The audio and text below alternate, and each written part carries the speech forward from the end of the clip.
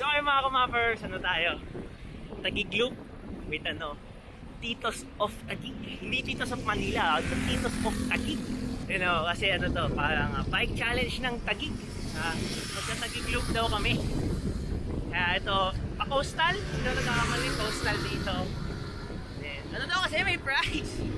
Kaya, nga pala. Ito yung first ride ko with the new bike, si Kali. First bike ride to with Kali. And alam naman din na meron na akong bagong ito na, dumating na po yung bagong Streetwise X Muff jersey. Ito. And sa mga nagtatanong kung mabibili ba daw to, it's hindi siya exclusive sa mga iba. So, exclusive lang sa amin for team ng Manila Urban Fix and ng Streetwise Fix Gear. So ngayon again nga, magta-Taguig Loop kami, supposedly 33 kilometers buong ikot. Hindi ang buong Taguig, pero ang kalahati ng Taguig, BGC, Coastal, gano'n. And again, kasama ko mga tito ko. Butterfly. Ngayon, update, nasa kami. Basta yung service road, dito, service road dito sa sa SLEX. Tapos pa Arca South kami kung di ako nagkakamali. Then after ng Arca South, BGC. Hello tito. Hi mga tito. Shoutout mga kapadyak. Shoutout mga kapapers. So yan, ayun nga Arca South. Tapos pagdating ng BGC, pag-uusapan natin yung difference or pag-uusapan natin yung difference ng ng feels or geometry ng Sinelli Vigorelli sa Sinelli Parallax. Natin pag-usapan kasi mas relax dun compared dito dyan, delikado din. Pero again nga, Arca South, BGC, and ikot. Balik ulit sa Taguig. I mean, nasa Taguig pa yun, pero balik pa yun dun sa sinimulan namin. Sa Acacia Estate, Taguig.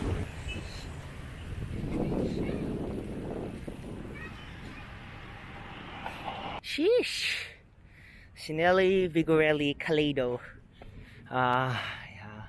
So mga kumapers, ito na po, bagong Frixie frame, Sinelli Vigorelli Kaleido. 2015 model, yan 3P pa on site sa mata. Alam ko 2015 model to. Tapos yung Sinelli Parallax is 2014. Tapos ayun pa rin, typical setup, lumang setup, pero mga kumapers, kahit pa paano naman, pasok lahat. Isa lang ang hindi pumasok, yung seat post kasi 27.2 yung mash, tapos ito 31.6. So bumili pa ako Sinelli Pillar, brand new. Kasi yan, kinabit ko pa yung hex. Ito pa rin yung wheelset kong kakaibang spoke lacing, Paloma. Tapos ilan kilometers ba tayo? 9.56, so konti na lang magkakalahati na tayo. Pero for sure yung bandang kalahati, bandang BGC ngayon, doon natin pag-usapan yung geometry difference nito nga Sinelli. Pero as of now, sila dito, mukhang nag-ano pa rin ng mga maps. Now you might think, Alin, bakit hindi mga Pixie mo? No, Pixie Boy, Pixie Channel. Baka bumigay ito nila. So, in short, G na kung sino man kasama, kung ano man bike mo, no problem. Welcome na welcome yan dito sa MUF, kahit hindi Pixie. And ang sarap pala mag-bike dito sa sa Arca South, pero hindi siya ata yung parang makaka-laps ka kung doon nagkakamali. Mukhang bawal ata din mag-laps. So I guess yung mga stroll pwede dito. I mean, hindi naman ako taga-Taguig Manileño ako Kaya nga Manila Urban Fix, hindi naman Taguig Urban Fix. And nga pala mga kumapers, bakit pang chill ride tayo ngayon? Hindi tayo mga Tagaytay, hindi tayo mga laps. Kasi mga kumapers, kakatapos pa lang ng school ko. Yes, USD. So, Wednesday yun yung natapos yung school. So, incoming third year college po ako. So, why not mag-relax muna ako ng mga ilang weeks, ilang saglit. Ito, relax with the family, relax with the BGC. So, relax na po ulit.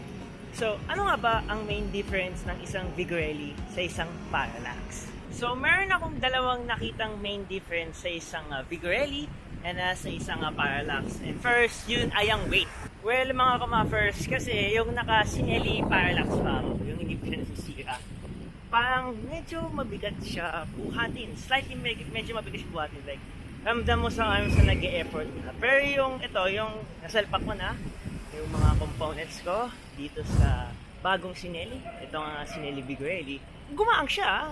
In fairness, kasi ramdam ko talaga yung pagkagaan. Maramdam mo pa talaga yung pagkagaan ng Asinelli Figueroa. Even though na size 54 to mananotice mo ngayon yung, yung pagkagaan niya. Tapos, of course, yung isa naman is yung geometry. Ano nga ba ang nakita kong main difference dito sa geometry, mga kamappers? Pero disclaimer nilipat ko yung mga measurements ng parallax ko sa bike fit.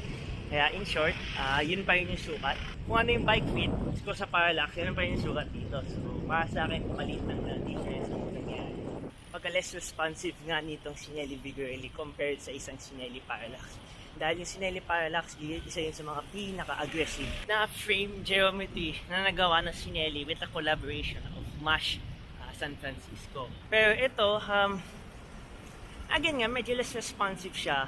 Kasi yung Parallax, kapag konting pitik mo lang na manubela, sobrang like kikilos pa, ang sayaw, ang lakas ng pitik ng Sinelli Parallax. Pero ito naman, parang medyo nilalagyan ko pa ng slightly more effort para mapapitik yung kung saan ako sanay, which is dun nga sa Sinelli Parallax na geometry. Pero again, hindi ko naman sinasabi na bad, na bad geometry. I'm just saying na it's less aggressive kesa sa kesa yung dun nga sa Sinelli Parallax ko. So, all in all, gumaan siya kahit pa paano. Hindi ko makalculate kung gaano ka exact, pero gumaan siya. Tapos yung geometry niya, medyo mas naging relaxed and mas less aggressive compared dun nga sa typical na kung saan ako sanay, the MASH Parallax Optical.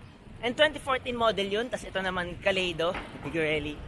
2015 model kung hindi ako nagkakamali. So, doing good, looking good.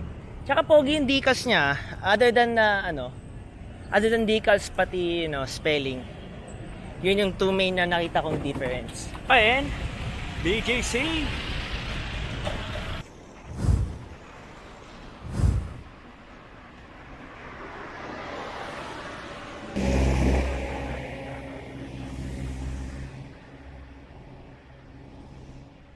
Dito yung mga mga malalakas. Mga malalakas mag-ensayo. Kami din malakas. Malakas yung trip.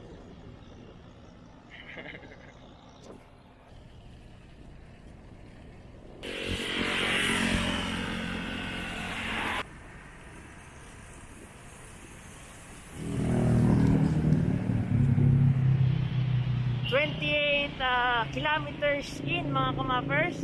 In short, malapit na po natin mabuo ang 33 kilometers Taguig Loop.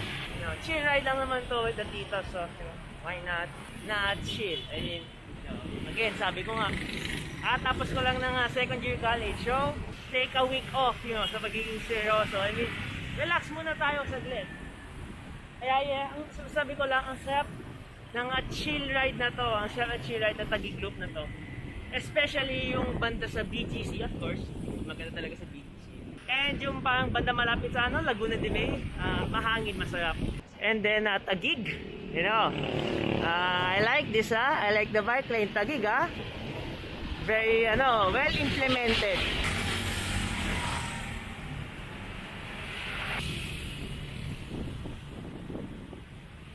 So yun lang po meron ko mga dito sa video na to. So, Taguig vlog, and then Taguig Loop vlog. Tapos ito nga yun na quick comparison lang between Cali and Nelly. Ba? Ay. So as usual mga first ride safe, ride breaks, daan, truck and bus.